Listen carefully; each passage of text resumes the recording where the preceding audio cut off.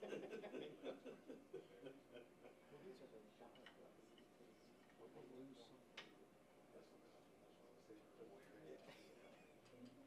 got like 20 pair.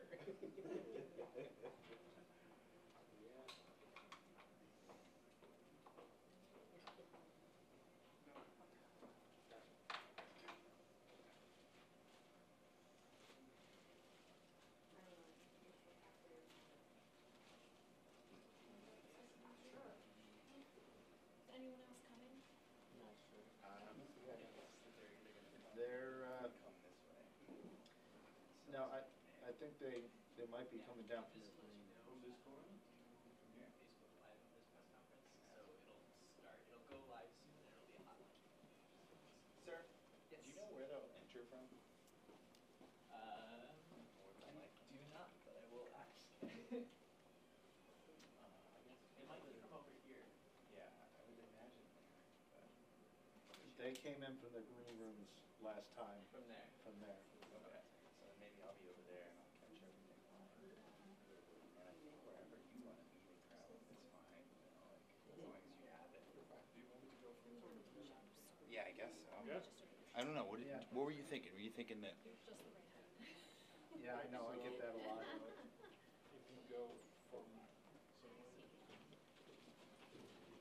Like if, yeah, if you stay on them there, I'll cover this wide, and then any sort of action that happens back here, I can just follow it. You got enough room, bro?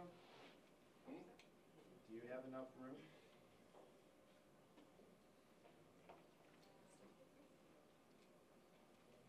yeah, I can squeeze in. Oh, where?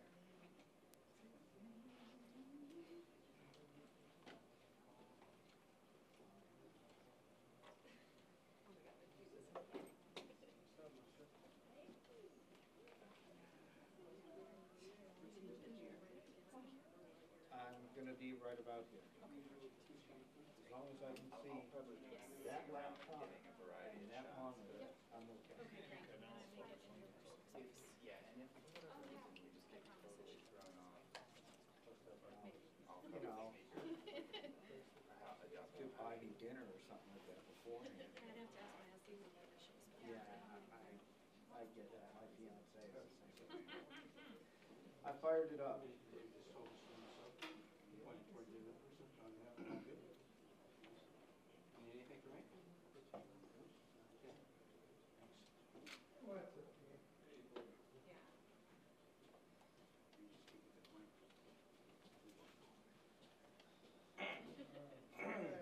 President Trip.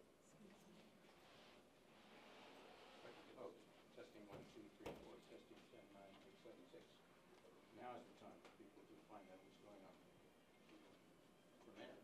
Because everybody would like to see is Bill Daley alive.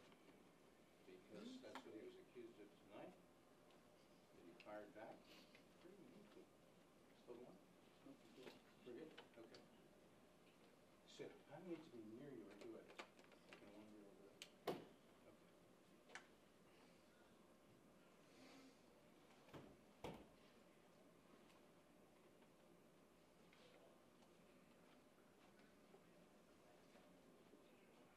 Pardon? Oh, so this time they're. Hang on, still want to be. We got too many people I'm asking us. Let's just keep- WTTW. Hey, Ferris. That's almost. No. Hey, Paris. Yeah. Are you asking questions? We'll see. All right. I'm say hang right about there. As long as I've got a window, you're supposed to show it. How are you? Heads up. Sure. Windows. I'll go to the side. Sorry. Oh, do I get it? I'm so sorry. All right. How y'all doing? Good.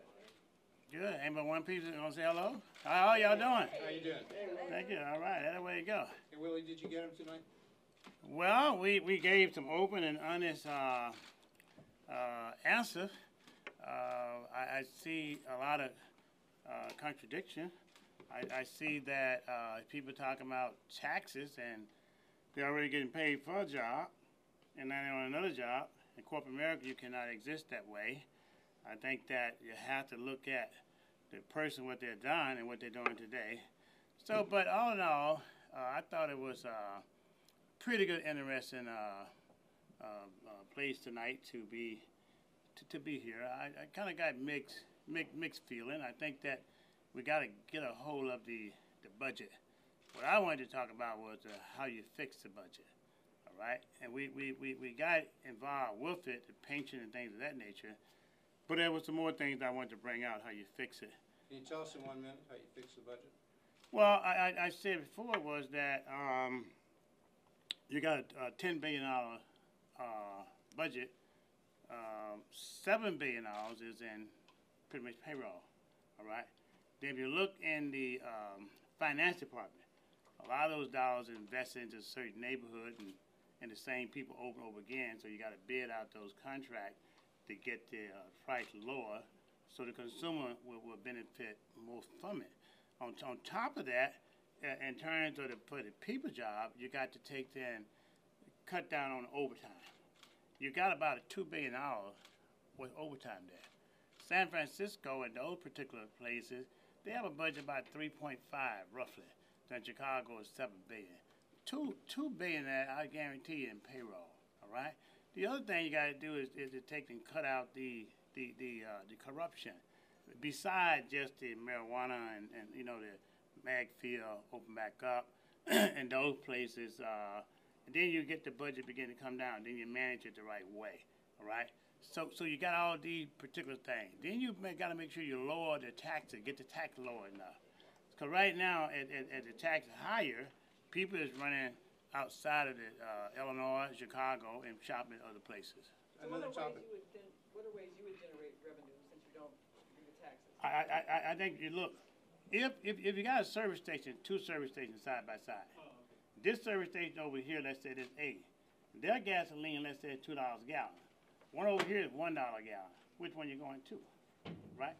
Okay, and then you're gonna bring more customer in also to the one for $1 a gallon.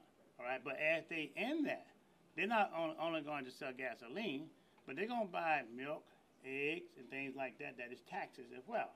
Then you got to take a holiday. Let's say if we gave a tax holiday. If you give a tax holiday in Chicago on a weekend, those customers that will come in from the suburban would be unreal. You know? Willie, in the final days, how are you differentiating yourself from the other candidates? Well, I'm not bought. I'm not bought.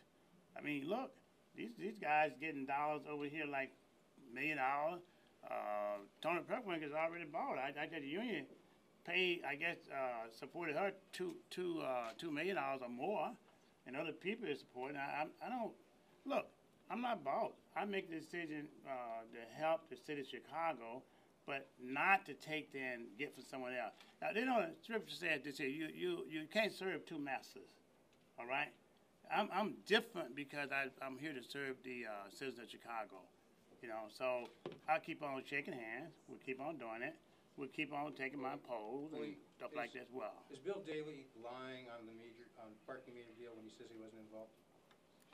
Well, I think that if you're close to your advisor, to your brother, look, if my brother is mayor of the city of Chicago and doing something, I'm going to help with my brother in terms of giving suggestion and ideas, you know.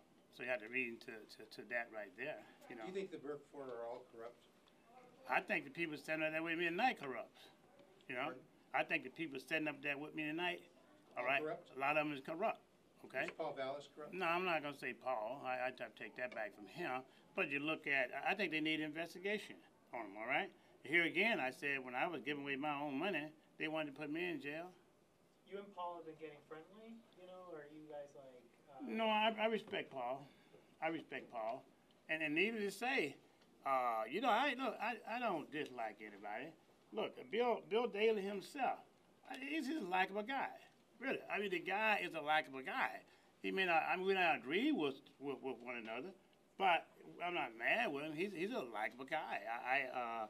Look, I would love everybody, but some of the things, the way they do and say, I probably do them different, but they say the same thing on me, all right? Every time I see a Bill Daley, I walk up to him and hug him, you know? And Paul, too, the same thing. So it's that kind of a situation. I think I'm the best person for the job. You know, I'm a business person, all right?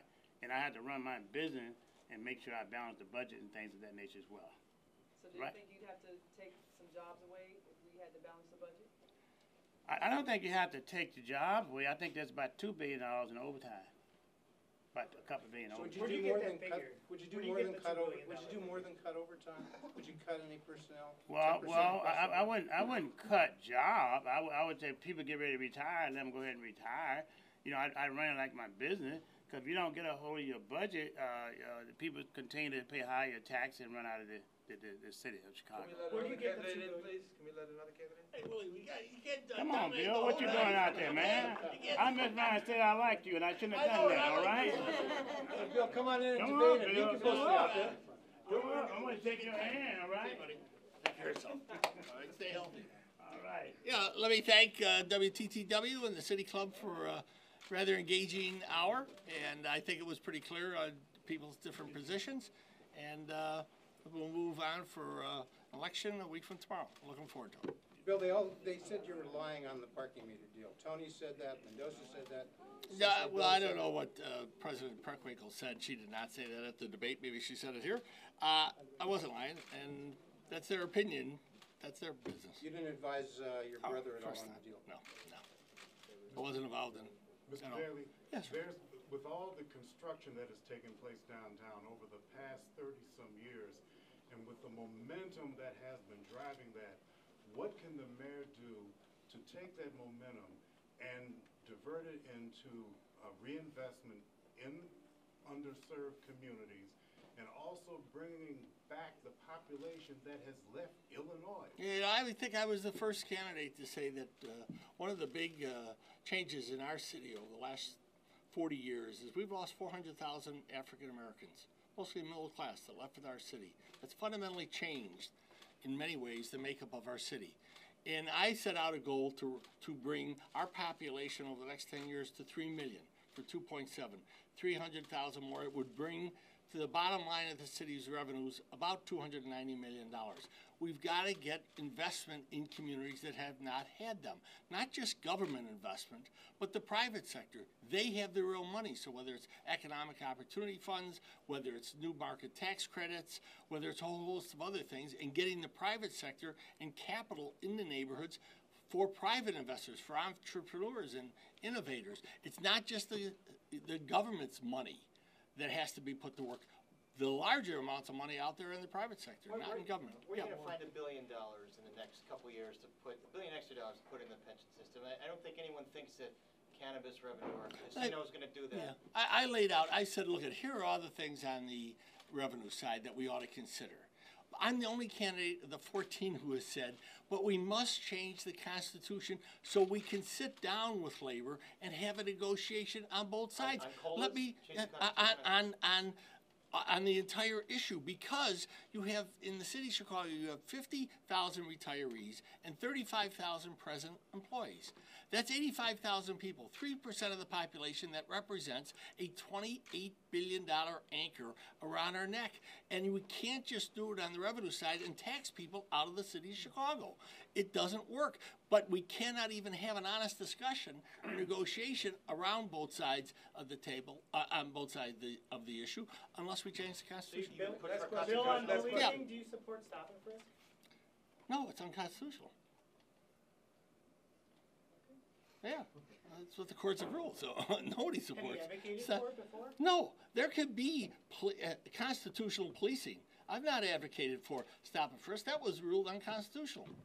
Can you fix the problem of too many low-income minorities being involved in crime with the $50 million? Is that enough that you referred to?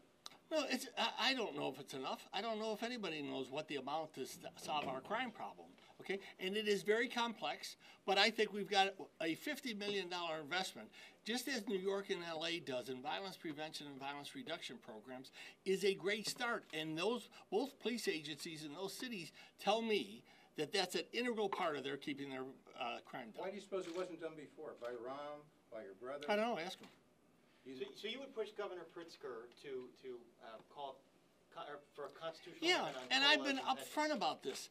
Is it, and I'm not trying to screw the retirees, Okay? But on the other hand, you can't just look at the revenue and say we're going to tax everybody out of this place. And we have to have an honest discussion. Government does not exist for its employees.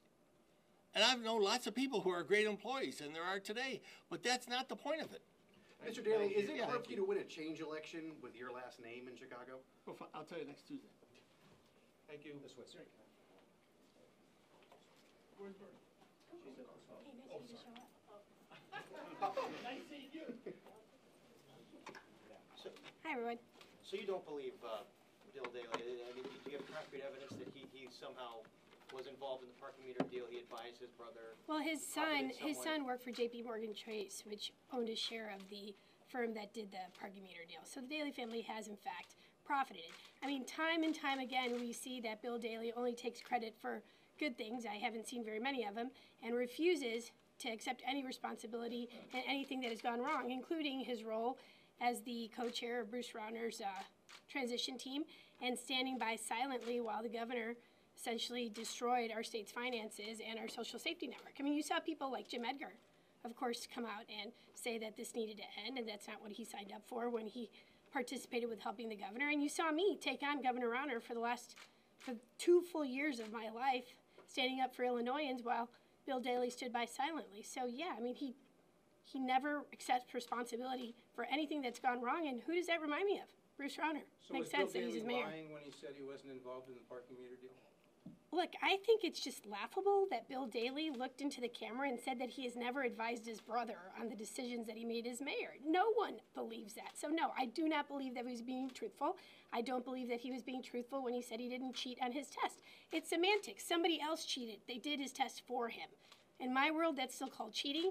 And normal Chicagoans, normal people whose names aren't Daly, don't have that type of like assigned cheater to help you pass your test. Is Bill Daly corrupt? Look, I mean, that's for I guess, someone else to answer. I think Bill Daly represents the past of the city of Chicago, and he represents a key role in some of the worst decisions that Mayor Daley made during his caretakership years as mayor, which were the last 4 to 6 years of his term. Years where the parking meters were sold. Years where they offset they got rid of the Skyway. Years where people were leaving, the population loss in our city was getting worse and worse, and that wasn't addressed. The mayor didn't address pension reform. Now all of a sudden, he has an epiphany.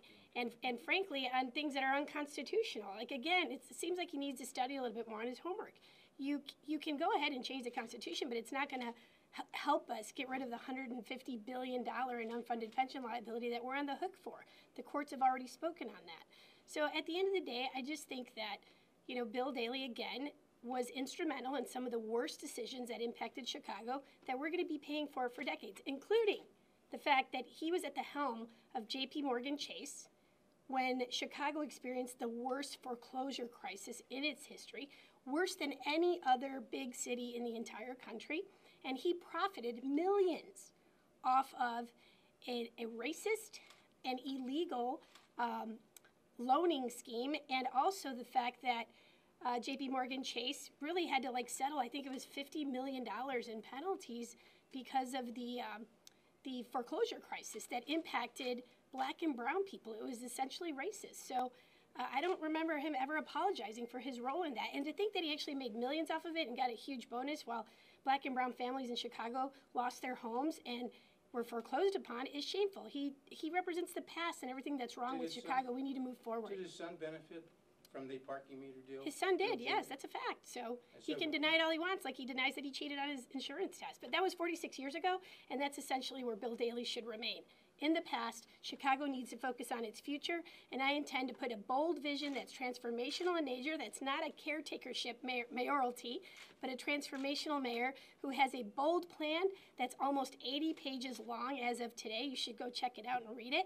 But it's very different than the past that Bill Daly represents. Was it wrong when you held a job in the city while you were state rep? No, it wasn't. I worked very hard, and I earned every bit that I did working on behalf of the taxpayers of the city of Chicago, and also of the people of the state of Illinois. And again, I've always been a hard worker. I've had 2 jobs since I was 15 years old for the most part, and I come from a family of incredible hard work ethic, and people who actually don't have a last name Daly can relate to that. My parents had to work 2 and 3 jobs to make ends meet, and I worked just as hard, so I'm very proud of that work ethic. In the last few days, how do you differentiate yourself? in the last few days, how do I differentiate myself? Well, number one, I bring a bold vision for the city of Chicago that's focused on how do we move the city forward, not just for the next 4 years, but for the next generation. And I've put that plan, I've been very transparent for the public. It's almost 80 pages long and growing. I have the experience both working in Springfield as an effective state legislator, but also navigating the state through the worst fiscal crisis in the history of the state of Illinois, something that no other candidate brings to the table, and something that will be incredibly important for the next mayor of Chicago to have. The ability to navigate Springfield better than anyone else, and also real solid chops on managing fiscal crisis. Now, the city of Chicago is likely going to see an economic downturn over the next 2 to 3 years. And I did what most people thought would be impossible, and that's actually give the markets calm managing the state's finances. I think they will feel comfortable knowing that a Susana Mendoza is at the helm of managing the city's finances, and taxpayers could feel comfortable that I know what I'm doing because I have the experience that many of the candidates don't. All right, guys, last question. How would you fix the pension hole?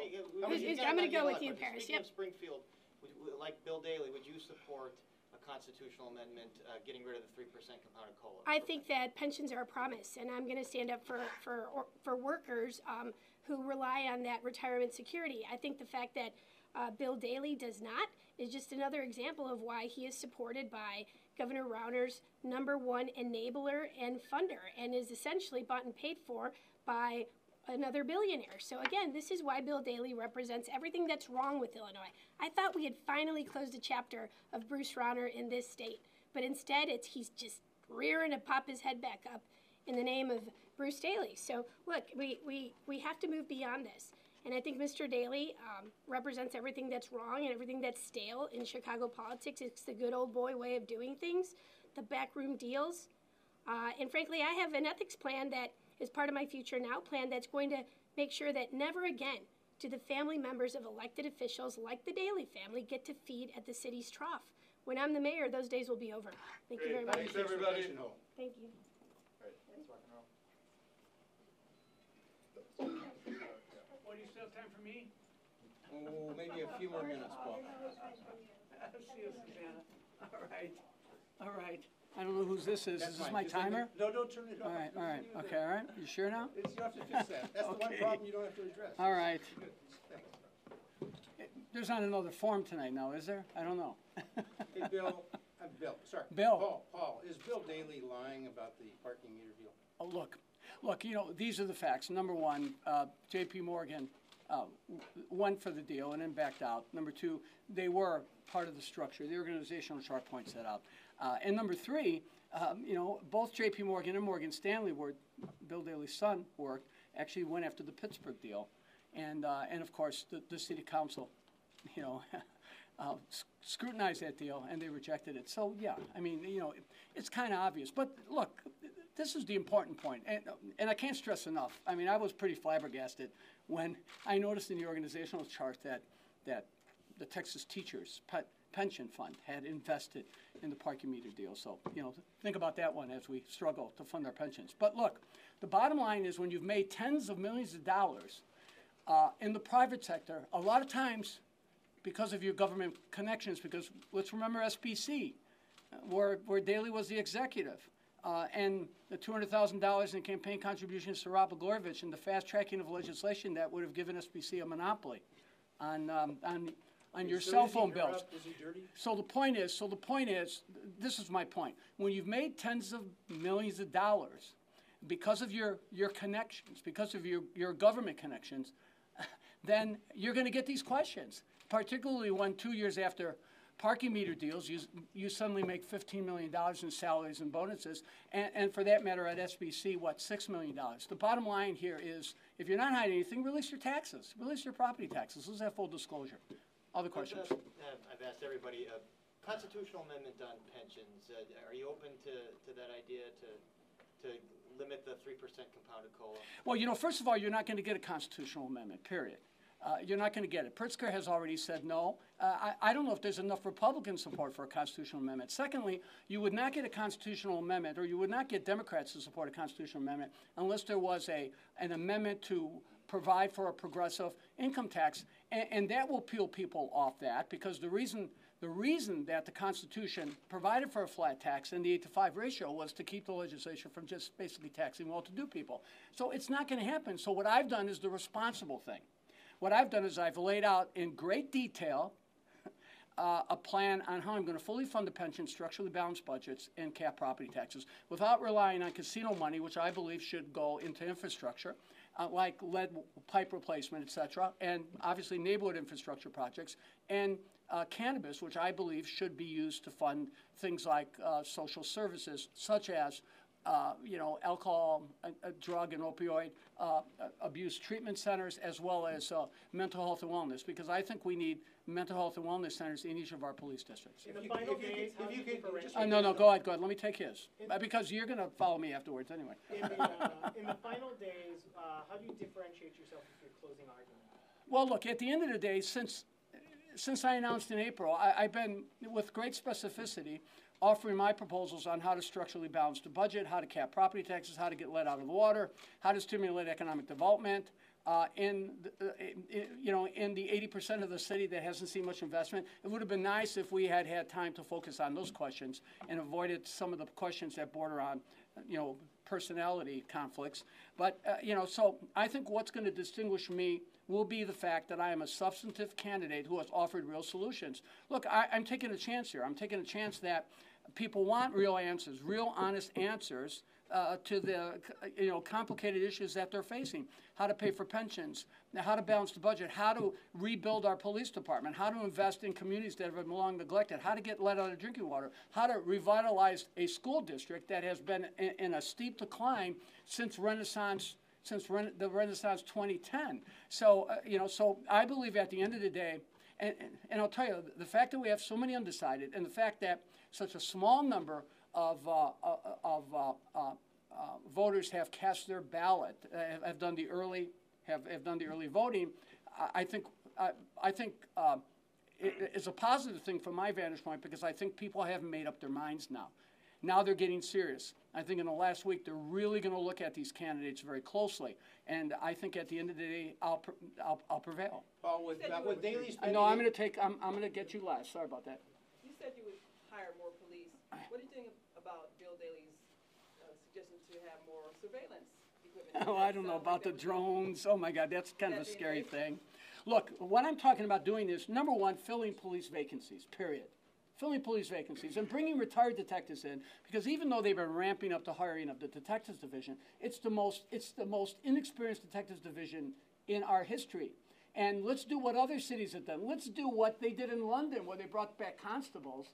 Constables, get close to the mic, constables with investigatory experiences. And let's get this clearance rates up. Let's provide a witness protection program, because sometimes people are reluctant to come forward because they have to go back to the communities, both witnesses and victims, sometimes for years until these cases get resolved. So at the end of the day, I'm talking about taking the budget for the police department and spending less money in overtime and more money filling these vacancies, so we can restore beat integrity, so we can have officers dedicated to the community, who know the community and who are known to the community, because that is the foundation of community policing. So you do that, you restore the detectives division, you bring in retired officers to work these cases, you establish a witness protection program, you start to get the shooters off the street. Now, I've said over and over again, ad nauseum, about what we need to do to change conditions in the communities, so that you ultimately address the underlying causes of violence. Things like investing opportunity zone monies, or TIF fair share, or having a program to help these individuals who are returning from incarceration have opportunities to get jobs. Have obstacles removed for them being hired once they're trained. But at the end of the day, there's no substitution for rebuilding the police department and giving them not only the support, but the infrastructure needed to make them both effective and accountable. And I've laid out what my plans are in great detail. Well, what will you do with the Chicago public school system as mayor that's different than when you were actually the CEO of the Chicago public schools? Well, let me point out that what happened was they abandoned the following things. Let me tell you what they abandoned. Remember, I inherited a school district that had lost 110,000 students the previous 15 years. And over the 6 years that I was school CEO, the district grew by 30,000. And then beginning really in 2003, 2004, when they did Renaissance 10, the ill-advised Renaissance 2010, closing 100 neighborhood schools to, converting them to new schools and charters without guaranteeing that the kids could go to those neighborhood schools, the system went into a steep decline.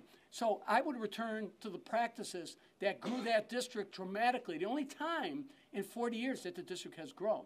And I took a $1.2 billion structural deficit, and 6 years later, there was $1 billion in cash balances, and I built 78 schools, and I renovated 350 schools, and test scores improved by 6 years. So what we have to do is, number one, I believe that the revenues are there, particularly with the new state funding formula, to, in effect, embrace the type of programs and practices that resulted in the most dramatic growth in the district in the last 50 years. And that means giving schools 5-year budgets so that they know what their resources are going to be, even if they lose enrollment, so that they're protected, number one. Number two, returning to the concept of community schools, where we don't only have academic programs, we have extended day and extended year programs like we had for 180,000 students, and so that we've got the social services, we've got the healthcare, we've got the nutritional programs. And number three,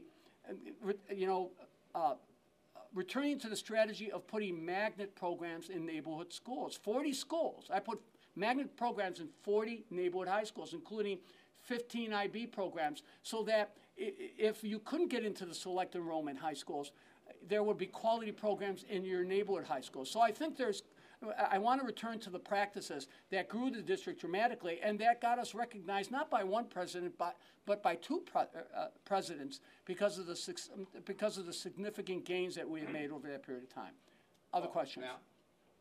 Now. Okay, so with Bill Daley having $8 million to spend, much of it available in the next week on TV ads, Tony Preckwinkle having $4 million, much of it available next week, with Chico and Mendoza having $2.5 million, you had $1 million, but most of it's spent. How do you reach the 600,000 likely voters with the message you gave us here in the last 10 minutes? Well, How do you reach them? Well, I'm reaching them digitally. Okay. So yes, you had 1 minute now. And no. I'm reaching them. I'm reaching them digitally with my message, and I have been doing it, and I'll do it in the closing weeks. Look, at the end of the day, Daley spent $2 million on commercials, and what has he picked up? A point in the polls or 2 points in the polls? He's close to the leader. Oh yeah, 11%, and the leader has 15%, and 4% separates 4 other candidates from being in the runoff. I'll tell you, if I'd spent, as I was sitting preparing to go on tonight, I watched a Chico ad, a Mendoza ad, a Preckwinkle ad, I didn't see a Joyce ad, a Fioretti ad, and then back to another. It was either Mendoza or Chico. And I'll tell you, after a while, it has a numbing effect, At the end of the day, people are getting their information, just not on TV. So if they want to spend $500,000 or $600,000 a week on TV and run commercials back-to-back, all 4 or 5 of them, I'll continue to try to connect with people as I've been connecting on the Internet, on Facebook, via their cell phones, showing up to now. Is it 33 or 36 community meetings? That's why Willie and I have grown so fond of each other, because we've been on the stage together almost 36 times. So at the end of the day, I feel that much of the public is undecided, and even those who have already, hinted at their preferences still have real reservations. And so I'm confident that people on election day are going to ask themselves the question: number one, who can balance the budget? Number two, who can allocate resources in ways that benefit the entire community? And who has really demonstrated independence of the pay-to-play culture? And that's why I've gone to every meeting. I've talked to every group that I've been invited to, and I've been aggressively campaigning since April. In fact, on some days I forget what day it is, and I have to be reminded because it's been around the clock, literally 12-month campaign. So in 2002, you came within 2 points of beating Rod Blagojevich and the machine. Are you saying you're going to do that? You're going to win this time, not come within 2 well, points of beating the machine? I got outspent 12-1 when I ran against Rod Blagojevich, and that doesn't count the money that they handed out to county board presidents or to county chairmen downstate that never gets reported. So I feel very confident. I feel very confident that I'm going to win because then we didn't have social media. Then we didn't. have our cell phones. Then we didn't have Twitter.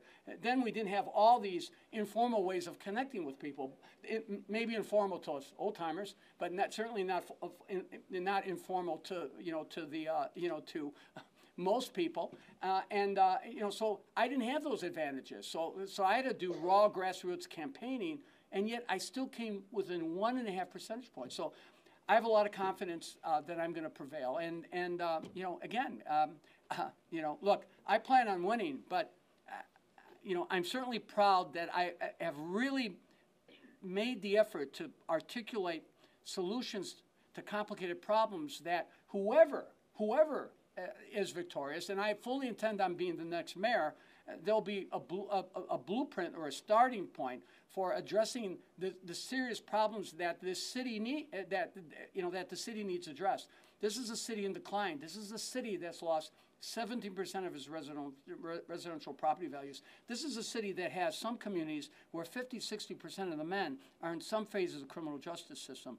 This is a city that has sections of it that have been in a depression state for decades. And this is a city that's seen, in many cases, overdevelopment of areas. Lincoln Yards is about overdevelopment. Lincoln Yards is about taking, is about taking a community and perhaps changing the basic nature of the community by overpopulating that community, by creating too much congestion. So at the end of the day, the city needs a mayor who can straighten out his financial problems, but a mayor who can also, take the $20 billion in revenues that the city gets every year in all its agencies and all its related governmental operations like the airport, CHA, et cetera, and allocate those resources in a way that invests in the communities, because the only way we're going to solve our problems is to grow ourselves out of those problems, and we need the policies and the programs to make that happen. Okay? All right. Thank you. All right, thanks. Here you go, buddy. So would you take a job with Daley or Preckwinkle one? I doubt it. I doubt it. You doubt it? No, I doubt it. I'll certainly leave them with a lot of good ideas, but, so whatever. We'll cross that bridge when we come to it. But no, I'm not auditioning. I plan on winning. I plan on winning. Sure I've had a strategy from the beginning. Look, I thought I was going to be running against Rahm Emanuel, and he was going to outspend me 20 to 1. So, I feel, now I'm running against 4 mini Emanuels, so to speak. And so I feel, collectively that's better odds. So I'm optimistic that I'm very confident that I'm going to win, because people want a mayor who can govern this city and it has not been a product of the pay-to-play culture. I've been battling pay-to-play all my life.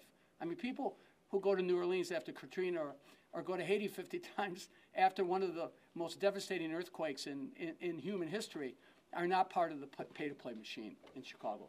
Thank you all. Have a great night. I'm off duty now. Yes, you don't want to. Yeah. A frivolous question? Oh, my God. Go ahead. Can I have a moment for your comment?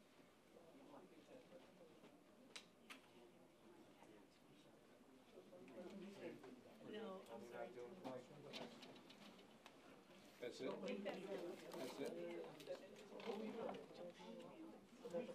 We've been on the stage like 30 times together, and they always see us